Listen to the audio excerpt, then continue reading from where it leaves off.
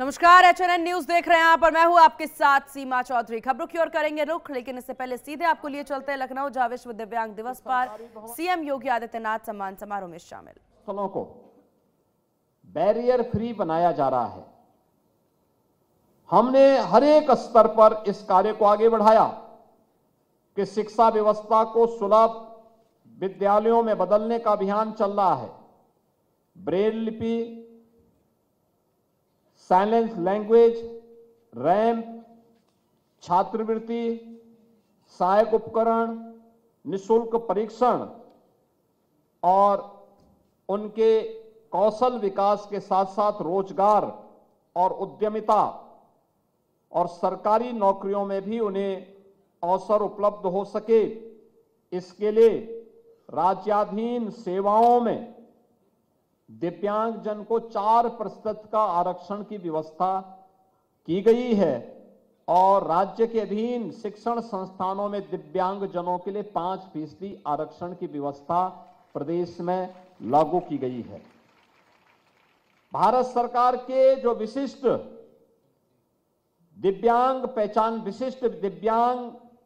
पहचान पत्र है, इसके पंजीकरण की कार्रवाई को आगे बढ़ाया है और इसमें 16,23,000 से अधिक कार्ड अब तक निर्गत हुए हैं, जिनमें 19,74,000 को अब तक रजिस्टर्ड भी किया गया है।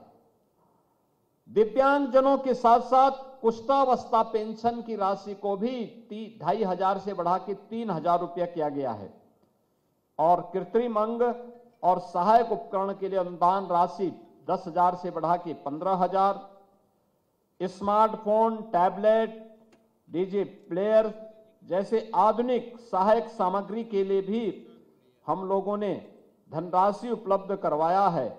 और मुझे बताते हुए प्रसन्नता है कि अब तक हम लोग 3,84,000 से अधिक कृत्रिम अंग उपकरण का कार्य वितरण का काम दिव्यांग जनों को प्रदेश के अंदर कर चुके हैं। प्रदेश के अंदर शल्य चिकित्सा के अनुदान के लिए भी सर्जरी के अनुदान की राशि को 8,000 से बढ़ा के 10,000 करने, कॉन्क्लियर इम्प्लांट योजना के अंतर्गत 6 लाख रुपए का अनुदान हम राज्य सरकार की तरफ से उन परिवारों को देते हैं जहां पे बच्चे यानी जिन्हें मूक बधिर जिन्हें कहते हैं, उनको सुनाई नहीं देता इसलिए बोल नहीं पाते। कॉन्क्लियर इम्प्लांट के लिए सरकार के द्वारा 6 लाख रुपए की राशि दी जाती है और मेरी अपील होगी, बच्चा पैदा होने के बाद से ही अगर हम उसका परीक्षण करना प्रारंभ कर देंगे और 5 वर्ष की उम्र तक अगर हम कॉन्क्लियर इम्प्लांट की कार्रवाई को संपन्न करके उसकी स्पीच थेरेपी के साथ उसे जोड़ देंगे तो बच्चा एकदम अच्छा हो सकता है। मैं भी देख रहा था जिन बच्चों को सफलतापूर्वक यह इम्प्लांट किया गया, मुझे बताते हुए प्रसन्नता है कि इस वर्ष हमने अकेले 108 ऐसे बच्चों पे कॉन्क्लियर इम्प्लांट के लिए धनराशि उपलब्ध करवाई है और अभी भी मैं बाहर उन बच्चों को सम्मानित करके आया हूं। बहुत अच्छा बोल रहे हैं, जैसे मैं बोल रहा हूं ऐसे वे भी वहां पे बोल रहे हैं। मानसिक दिव्यांगजन के लिए बरेली, मेरठ, गोरखपुर और लखनऊ में आश्रय गृह संचालित हैं। प्रत्येक की क्षमता 50 है। चित्रकूट, बांदा में नए केंद्र की प्रक्रिया जारी है और 16 जनपदों में 24 स्वैच्छिक संस्थानों के माध्यम से भी आश्रय गृहों का संचालन हो रहा है। आज के इस अवसर पर विवाह प्रोत्साहन और स्वरोजगार के लिए भी 6,100 से अधिक दिव्यांग जनों को दंपति विवाह प्रोत्साहन पुरस्कार उन्हें दिया जा चुका है और 8,835 दिव्यांग जनों को स्वरोजगार हेतु धनराशि का वितरण भी अब तक प्रदेश में किया गया है। प्रदेश में 3 से 7 वर्ष के बच्चों के लिए 18 मंडलीय जनपदों में बचपन डे केयर सेंटर प्रारंभ किए गए हैं और मैं विभाग से कहूंगा कि जो बड़ी कमिश्नरी हैं उनमें एक आध सेंटर और भी अगल बगल के जनपदों में बढ़ाए जाने की आवश्यकता है। लोगों को इसके प्रति जागरूक किए जाने की आवश्यकता है। टीकाकरण समय पे हो। कन्या सुमंगला योजना के अंतर्गत जो हम लोगों ने तय किया है, एक बार संबंधित विभागों के साथ बैठ करके भी बेहतर रूप से हमें इन कार्यक्रमों को आगे बढ़ाना चाहिए। विशेष विद्यालय भी बनाए गए हैं जिसमें शारीरिक रूप से अक्षम बच्चों के लिए प्रयास के नाम पर, मूक बधिर बच्चों के लिए संकेत के नाम पे, मानसिक चुनौती से जूझने वाले बच्चों के लिए ममता के नाम से और दृष्टिबाधित बच्चों के लिए स्पर्श के नाम पर भी संस्थाएं, कुल 21 ऐसे संस्थाएं प्रदेश भर में संचालित हो रही हैं जिनमें 1488 बच्चे वहां रह करके अध्ययन करते हैं। उनकी सारी सुविधा सरकार उठाती है और सरकार उनका पूरी देखभाल भी वहां पर करती है। और जैसा कि मैंने पहले भी कहा, उत्तर प्रदेश देश का एकमात्र राज्य होगा जिसमें दिव्यांग जनों की उच्च शिक्षा के लिए 2 विश्वविद्यालय संचालित हो रहे हैं और सरकार के द्वारा, पूरी तरह सरकार के द्वारा संचालित है। डॉक्टर शकुंतला मिश्रा दिव्यांगजन सशक्तिकरण विश्वविद्यालय और जगतगुरु रामभद्राचार्य दिव्यांगजन विश्वविद्यालय चित्रकूट, यानी एक लखनऊ में है, एक चित्रकूट में है। यानी ये 2 विश्वविद्यालय संचालित हो रहे हैं जहां पे दिव्यांगजन बच्चों के लिए उच्च शिक्षा की भी व्यवस्था है, उनकी लॉजिंग फूडिंग की भी सारी सुविधा वहां पर उपलब्ध करवाई गई है।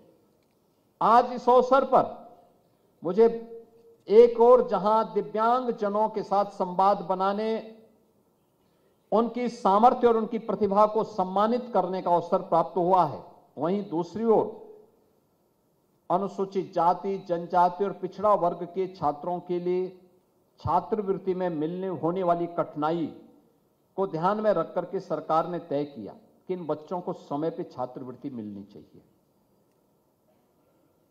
उन बच्चों को समय पे, उन परिवारों को, पिछड़ा वर्ग से जुड़े हुए बच्चों को शादी का अनुदान समय पे उपलब्ध हो जाना चाहिए। यद्यपि मुख्यमंत्री सामूहिक विवाह योजना में हम 1 लाख रुपए तक की सहायता उपलब्ध करवाते हैं, लेकिन इस व्यवस्था के अंतर्गत यह कार्य पहले मार्च तक होता था। हम लोगों ने कहा नहीं, मार्च तक जाने की आवश्यकता नहीं, हमारा प्रयास होना चाहिए जितनी जल्दी एडमिशन होने के एक समय सीमा तय करिए। हमने यद्यपि 2 अक्टूबर और 26 जनवरी 2 तिथि तय की, लेकिन जहां पे प्रवेश की प्रक्रिया में थोड़ा लेट होता है वहां पर भी उन बच्चों को समय पे स्कॉलरशिप मिल जाए। और मुझे बताते हुए प्रसन्नता है कि पिछड़ा वर्ग कल्याण विभाग में 2016-17 तक जो स्कॉलरशिप की जो राशि थी वह मात्र 1,295 करोड़ थी। आज वह बढ़कर के 3,124 करोड़ रुपए की स्कॉलरशिप हम दिव्यांगजनों, पिछड़ा वर्ग के छात्र छात्राओं को उपलब्ध करवा रहे हैं, जिनमें 9 से 12वीं तक के 12,76,000 विद्यार्थियों को यह छात्रवृत्ति उपलब्ध करवाई जा रही है। 16-17 में 1,092 करोड़ रुपए से 18,83,000 विद्यार्थियों को छात्रवृत्ति के सापेक्ष आज हम 24-25 में हमने छात्रवृत्ति के लिए 2,432 करोड़ रुपए इसके लिए प्राप्त। तो लखनऊ से सीएम योगी आदित्यनाथ को सुन रहे थे और चलिए अब खबरों की ओर रुख कर लेते हैं, जहां लखनऊ के 7 बड़े मॉल में FSDA की रेड। इस वक्त की बड़ी जानकारी, मॉल्स के फूड कोर्ट में रेड, 61 प्रतिष्ठानों की जांच, 3 आउटलेट में मिली गंभीर अनियमितताएं। लुलु हाइपर मार्केट KFC आउटलेट पर भी एक्शन, एक्सपायरी डेट बदल करके बेचा जा रहा था सामान जो कि पकड़ा गया। तो ये बड़ी जानकारी आपको दे दें, इस वक्त की मॉल्स के फूड कोर्ट में रेड मारी गई है, 3 आउटलेट में गंभीर अनियमितताएं पाई गई हैं, जहां आपको बता दें कि लुलु हाइपर मार्केट KFC समेत तमाम जगहों पर रेड मारी गई। लखनऊ के 7 बड़े मॉल में FSDA की ये रेड देखने को मिली और मॉल्स के कई फूड कोर्ट में यानी कि 61 प्रतिष्ठानों की जांच की गई। 3 आउटलेट्स को पर रेड, KFC आउटलेट पर भी रेड, जहां पर देखिए एक्सपायरी डेट को बदल करके सामान जो है वो बेचा जा रहा था, जिस पर एक्शन टीम के द्वारा लिया गया है इस वक्त की बड़ी जानकारी। 3 आउटलेट में गंभीर अनियमितताएं मिली हैं। 7 बड़े मॉल में FSDA की रेड। ज्यादा जानकारी के साथ विशेष संवाददाता पुनीत मोहन फोन लाइन पर हमारे साथ बने हुए हैं। पुनीत, क्या कुछ जानकारी इस कार्रवाई को लेकर? देखिए, FSDA टीम ने लखनऊ के 7 मॉलों में छापेमारी करी है। 14 टीम थी और 7 मॉलों पर छापेमारी हुई है। और लुलु मॉल में जो हाइपर मार्केट है उसमें एक्सपायरी डेट में बदलाव का खेल सामने आया है, यानी कि प्रोडक्ट की जो डेट थी उसमें हेरफेर किया जा रहा था ताकि एक्सपायरी को बढ़ाया जा सके। लुलु मॉल की हाइपर मार्केट बहुत ही ज्यादा प्रचलित है, बहुत से लोग यहाँ से खरीदारी करते हैं, सामान सस्ता होने की वजह से लोग यहाँ से खरीदारी करते हैं, लेकिन वहाँ एक बड़ा खेल सामने आया है। मैन्युफैक्चरिंग की जो तारीखें पड़ी होती है उसमें हेरफेर किया गया है। इसके साथ ही लुलु मॉल में डबरू द शॉप को बंद कर दिया गया है क्योंकि इसके जो खाद्य पदार्थ थे उसमें गड़बड़ी पाई गई थी। इसके अलावा जांच टीम ने सिनेपोलिस मॉल में KFC में भी गंदगी मिली है। ठीक है, तो ये बड़ी कार्रवाई देखने को मिली है जिस पर एक्शन जारी है। आपका बहुत शुक्रिया पुनीत तमाम जानकारी साझा करने के लिए। खबरों में आगे बढ़ते हैं और दिल्ली MCD उपचुनाव को लेकर के बात कर लेते हैं, जहां उपचुनाव के रिजल्ट घोषित हुए हैं। उपचुनाव की 12 सीटों पर रिजल्ट घोषित कर दिए गए। 7 सीटों पर बीजेपी की जीत दर्ज हुई है, 3 सीटों पर आम आदमी पार्टी की जीत और एक सीट पर कांग्रेस और निर्दलीय की जीत हुई है। तो ये बड़ी जानकारी आपको बता दें, एक सीट पर कांग्रेस और निर्दलीय की जीत हुई है। दिल्ली MCD उपचुनाव के रिजल्ट घोषित कर दिए गए हैं। उपचुनाव की 12 सीटों पर रिजल्ट घोषित, 7 सीटों पर भाजपा ने जीत दर्ज की है। तो दिल्ली में उपचुनाव को लेकर के भाजपा के खाते में बड़ी उपलब्धि मानी जा सकती है, क्योंकि 12 में से 7 सीटें बीजेपी के खाते में, 3 सीटों पर आम आदमी पार्टी का कब्जा देखने को मिल रहा है। तो एक सीट इस बार कांग्रेस के खाते में भी है, एक सीट पे हालांकि निर्दलीय की जीत हुई है, जो कि बड़ी उपलब्धि भी मानी जा रही है। तो ये अहम जानकारी दिल्ली उपचुनाव से जुड़ी हुई, जहां दिल्ली MCD उपचुनाव के रिजल्ट घोषित किए गए हैं। ये बड़ी जानकारी आपको दे दें इस वक्त की। तो दिल्ली नगर निगम के 12 वार्डों में हुए उपचुनाव के नतीजे घोषित किए गए हैं। नतीजे से भाजपा और आम आदमी पार्टी को झटका भी लगा है, क्योंकि कुल 12 सीटों में से भाजपा के खाते में 7, आम आदमी पार्टी के 3, तो कांग्रेस और ऑल इंडिया फॉरवर्ड ब्लॉक ने जीत दर्ज की है एक सीटों पर। 30 नवंबर को हुए उपचुनाव में 38.51% मतदान हुआ, जहां आपको बता दें द्वारका B सीट से एक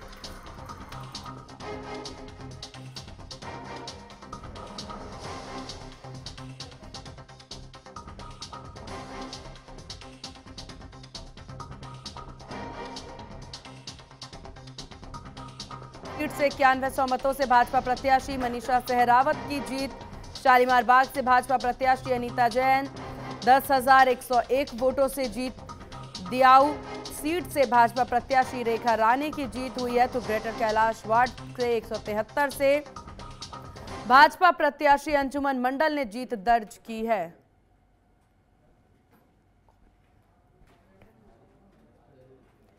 और इस विषय पर ज्यादा जानकारी के साथ संवाददाता कंचन हमारे साथ फोन लाइन पर बनी हुई है। कंचन, ये बड़ी उपलब्धि भाजपा के खाते में गई है। आम आदमी पार्टी को भी 3 सीट मिली है, लेकिन ये झटका भी माना जा सकता है, क्योंकि एक सीट निर्दलीय के खाते में है तो एक कांग्रेस के पास। बिल्कुल, देखिए जिस तरीके से 12 वार्डों को लेकर के यानी 12 पार्षदों को लेकर के बाई इलेक्शन दिल्ली में हुए, और ऐसे में लगातार आम आदमी पार्टी सीधे तौर पर जो मौजूदा दिल्ली सरकार की तरफ से बुलडोजर की कार्रवाई की जा रही थी उसको लेकर निशाना भी साध रही थी और कह रही थी कि अगर अभी मौजूदा स्थिति को देखते हुए अगर चुनाव करा दिए जाते हैं तो दिल्ली की जनता सीधे तौर पर आम आदमी पार्टी को चुनती है। लेकिन जिस तरीके से अभी 12 सीटों के नतीजे आए हैं, 12 में से 7 सीटों पर बीजेपी ने अपना कब्जा किया और उसमें से 6 ऐसी सीटें हैं जिस पर महिलाओं ने अपनी जीत दर्ज की है। यानी जहां पे महिलाओं की बातें कही जाती है, नारी सशक्तिकरण की बातें कही जाती है, महिलाओं की भागीदारी की बातें कही जाती हैं, तो इस जीत से वो बातें भी स्पष्ट हो चुकी हैं बीजेपी की तरफ से। वहीं अगर जिक्र कर लिया जाए तो 3 सीटें जो हैं वो आम आदमी पार्टी के खेमे में तो गई हैं, लेकिन एक सीट पर फिर से कांग्रेस ने अपना खाता खोल दिया है। यानी पहले कांग्रेस के 9 पार्षद थे दिल्ली में MCD में, इसमें से एक पार्षद जो है वो आम आदमी पार्टी में सम्मिलित हो गई थी। उसके बाद कांग्रेस के पास जो पार्षदों की संख्या थी वो कम हो गई थी, और उसके बाद अब एक सीट पर फिर से जब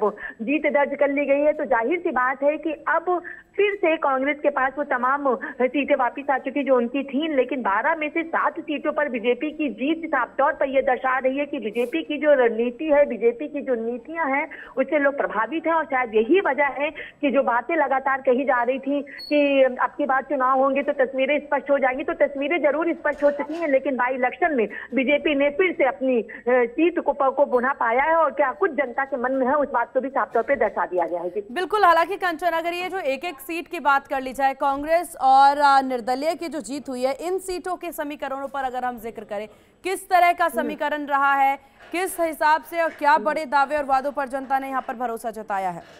जी बिल्कुल, देखिए कांग्रेस पिछले कई बार से सत्ता में रह चुकी थी और शीला दीक्षित की सरकार में कांग्रेस सत्ता में काबिज हो चुकी थी। चाहे एमसीडी का जिक्र कर लिया जाए, जब तक आम आदमी पार्टी नहीं थी तो लोग कांग्रेस की नीतियों से ही सबसे ज्यादा प्रभावित होते हुए यहाँ पर दिखाई दे रहे थे। लेकिन अभी भी लोगों के मन में कहीं ना कहीं, कुछ लोगों के मन में ये आस है कि कांग्रेस सबके साथ रहती है, कांग्रेस के साथ है। तो इसी बात को लेकर, इसी नीति को लेकर के एक सीट पर कांग्रेस ने अपनी जीत को दर्ज किया है। लेकिन अगर निर्दलीय का जिक्र कर लेते हैं तो हमारा ये लोकतांत्रिक देश और यहाँ पे हर किसी को चुनाव लड़ने का और मतदान करने का अधिकार है। तो निर्दलीय ने जो वादे किए थे कि हम अपने अपने वार्ड में लोगों के लिए काम करूंगा, वार्ड की सफाई करूंगा, वार्ड के लिए, अपनी जनता के लिए, अपने क्षेत्र के वार्ड की जनता की बेहतरी के लिए, विकास के लिए करूंगा और मेरा वार्ड सबसे साफ सुथरा और सबसे सुंदर हो, इस तमाम चीजों को लेकर के जनता ने इस पे विश्वास किया है। लेकिन लगातार ये बड़ी उपलब्धि मानी जा सकती है। आपका बहुत शुक्रिया कंचन, तमाम जानकारी साझा करने के लिए। चलिए ग्राफिक्स के जरिए समझते हैं इस पूरे उपचुनाव को।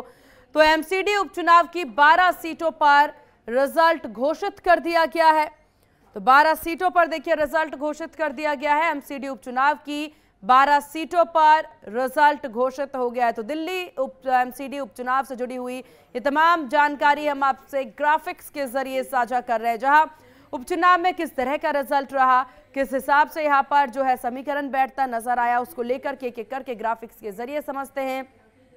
तो देखिए दिल्ली एमसीडी उपचुनाव रिजल्ट घोषित हो चुका है। एमसीडी उपचुनाव की 12 सीटों पर रिजल्ट घोषित हुई है, जिसमें से एक सीट पर कांग्रेस और एक सीट पर निर्दलीय की जीत हुई है। तो एक सीट पर कांग्रेस और एक सीट पर निर्दलीय की जीत। दिल्ली एमसीडी उपचुनाव रिजल्ट से जुड़ी हुई ये तमाम अपडेट ग्राफिक्स के जरिए 12 सीटों पर देखिए उपचुनाव हुए, जिनके रिजल्ट आज घोषित किए गए हैं। 30 नवंबर को मतदान और आज जाकर के रिजल्ट घोषित किए गए और इस रिजल्ट में 12 में से 7 सीटें जो हैं भाजपा के खाते में गई है। एक एक सीट हालांकि कांग्रेस और निर्दलीय के खाते में, और 3 सीटों पर आम आदमी पार्टी का कब्जा जो है वो देखने को मिला है, जिसके बाद तस्वीरें कुछ इस कदर साफ होती नजर आ रही है। तो ये तमाम तस्वीरें आपकी टीवी स्क्रीन पर ग्राफिक्स के जरिए दिल्ली एमसीडी उपचुनाव रिजल्ट से जुड़ी हुई ये जानकारी हम साझा कर रहे हैं, जहां आपको बता दें कि 12 सीटों पर उपचुनाव हुआ है, 12 वार्डों में उपचुनाव हुआ है, जिसमें से 3 पर आम आदमी पार्टी का कब्जा रहा है। 7 सीटें जो हैं भाजपा के खाते में गई हैं, तो 1 सीट कांग्रेस, तो 1 पर निर्दलीय का कब्जा जो है वो देखने को मिला है। हर एक तस्वीर जो है अब साफ हो चुकी है और यहाँ पर कहीं ना कहीं देखिए उस उपचुनाव में जो 7 सीटें भाजपा के खाते में गई हैं, भाजपा ने ये जीत दर्ज की है। खबरों में आगे बढ़ते हैं। रायपुर के मोवा से खबर, जहां मोवा के ओवरब्रिज पर 2 गाड़ियों के बीच में तेज रफ्तार आमने सामने की भिड़ंत हो गई। हादसा इतना जोरदार था कि दोनों गाड़ियों के परखच्चे उड़ गए और ब्रिज पर थोड़ी देर तक यातायात भी प्रभावित रहा। दुर्घटना में 3 लोग गंभीर रूप से घायल हैं, जिन्हें तुरंत अस्पताल में भर्ती कराया गया। घटना की जानकारी मिलते ही मोवा थाना पुलिस मौके पर पहुंची, क्षतिग्रस्त वाहनों को हटाया और यातायात को सुचारू कराया गया। पुलिस ने मामला दर्ज कर हादसे के कारणों की जांच शुरू कर दी है।